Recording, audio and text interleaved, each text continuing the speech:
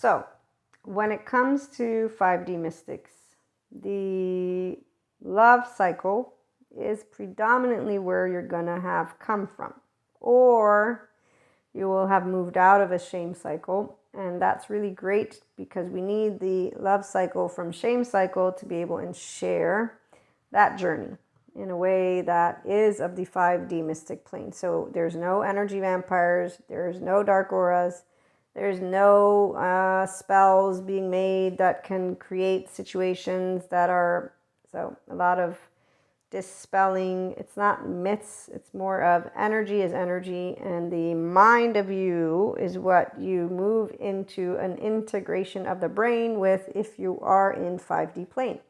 Oneness consciousness means you can handle your verbal side of the brain, the left mode, and your non-verbal, the right mode, where all the emotions come up. So unless you are a functional adult, you're not going to be in 5D plane, you're not going to be in Purusha Prakriti, because you're not aware of yourself as a human being.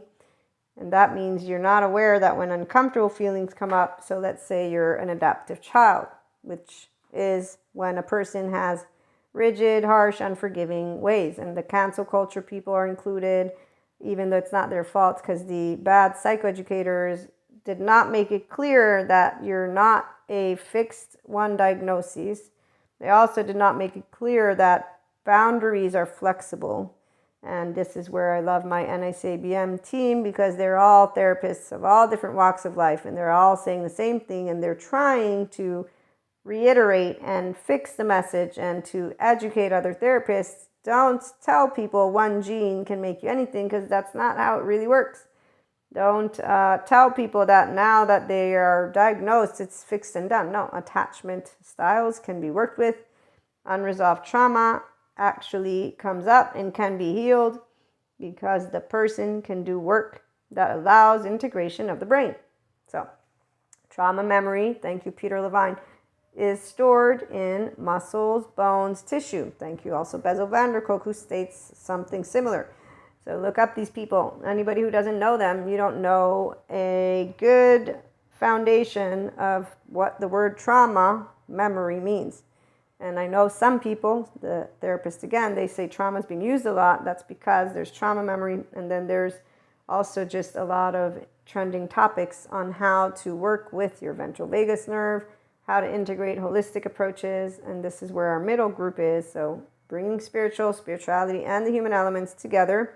I'm a trauma-informed person. I have a bunch of hours of educational certificates too, and all this stuff to support the people who are on a ascension journey, a personal development journey. That's just being a human 101. So integration of the brain is human 101.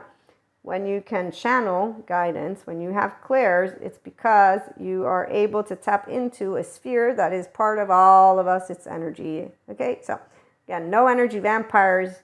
Doesn't mean that there are not those situations, because the 4D bandwidth, the 4D mystics, they're all breeding that stuff. They're all in that stuff, and I see plenty of people, and they're all in an adaptive child, emotionally speaking response, because when it comes to selflessness, timelessness, effortlessness, and richness, they only get to the part of effortlessness, and then the body is in a fear state, and they're moving into rigidity versus the richness, which is where it's when you move into ease state within your body.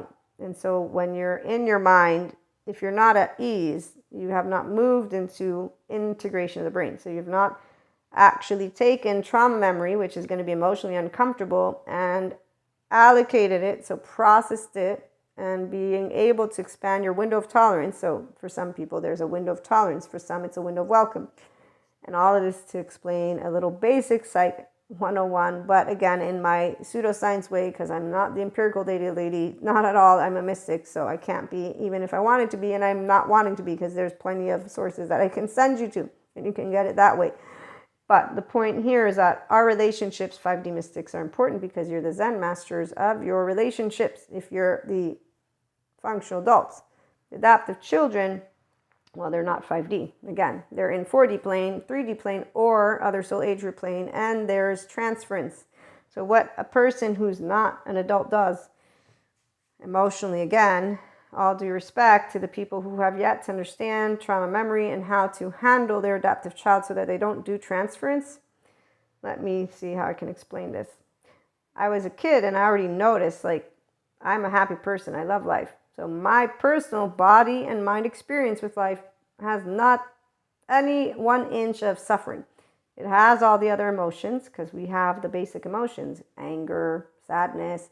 Now, here's the deal. The individuals who talk about everyone has to, or everyone, they don't know every human being on the face of this planet. I don't care what their title is. So this is the part also, those of us who enjoy our human experience, we actually enjoy emotions. We like to be able and sit in our brain because we like to think, because we're not in a Maya land mindset, we're in an inner growth mindset. So we're not in 4D or 3D.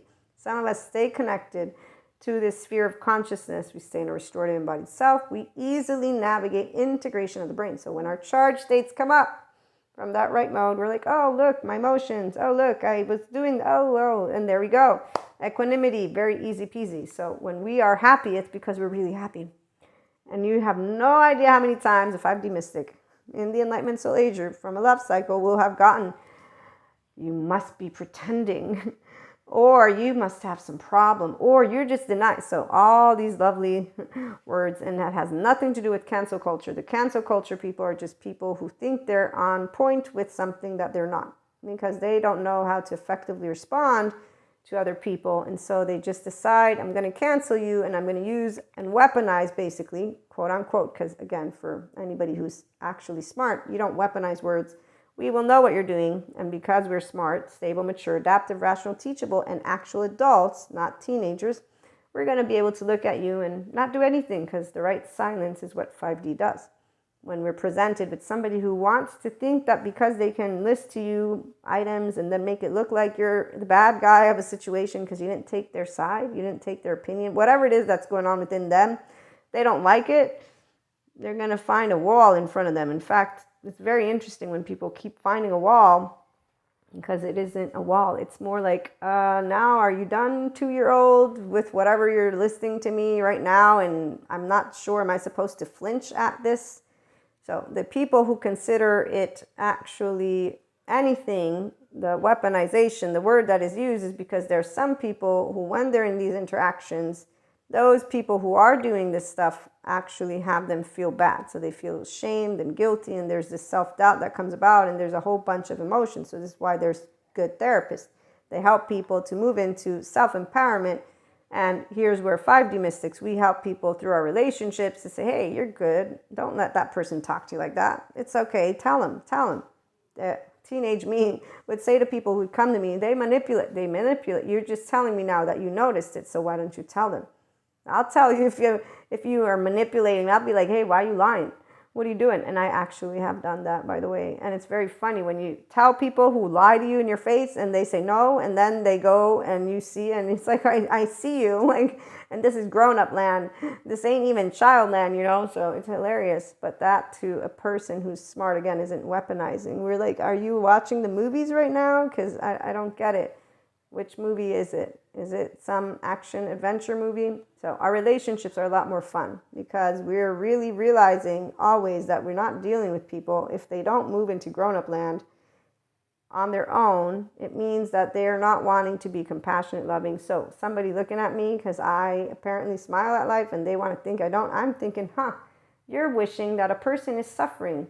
Should I point out that that's not nice, or should I, no, I'm not going to point out anything, because what I know as a compassionate human being, as a Zen master, here's the 5D true mystics, is that something's really, really off. And that means that you're hurt. Something is off, and that's not nice. And hopefully you'll feel better. But it won't be with me, obviously, because you're wishing that I'm suffering. That automatically means you do not have my best interest at mind. So I'm going to be sure to keep you at an arm's length because you want me to be unhappy. And when people have accused us of wanting their unhappiness, it really hurts because we don't.